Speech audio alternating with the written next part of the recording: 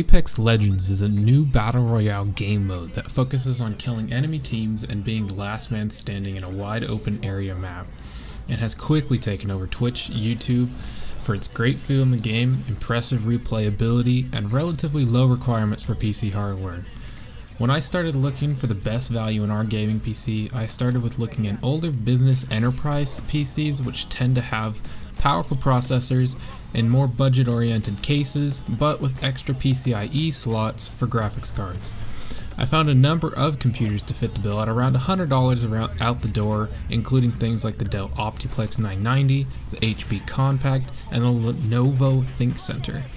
All of these with the great EVGA i5 3470, which gives us the recommended CPU found through the Apex Legends page.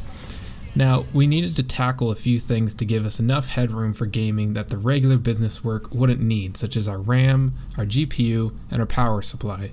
And then finally, we're going to include an SSD in order to keep load times down, because this is 2019.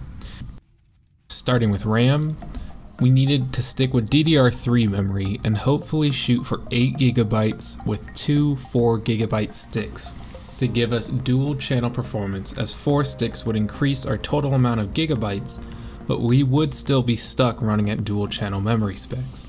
Luckily, these kinds of sticks are about $30 for one 8 GB stick and closer to $38 to $40 for two 4 GB sticks.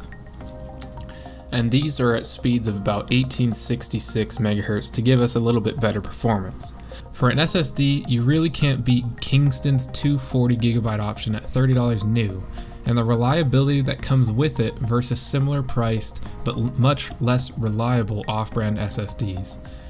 So next, we needed a GPU. My favorite for value right now, that is the performance per dollar, would have to be the GTX 970 for around $100 to $120, giving us modern support for titles, 4 GB of VRAM, and much more clock speed than older GPUs, and would allow smooth gameplay without massive FPS drops.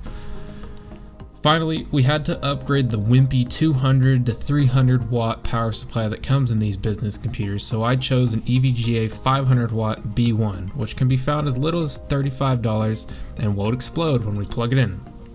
So our total cost so far is $93 for the Lenovo ThinkCenter, $30 for 8 GB of DDR3, $30 for 240 GB SSD, and $120 for our GTX 970, and then $35 for our power supply. This totals to $308 including shipping. So how is performance? Well, at 1080p and medium settings, we can expect over 60 FPS in almost all cases when playing on the ground. When performing the skydive, things tend to dip more around the 45 to 50 range, but no combat actually happens in the air, so we don't have to worry about that.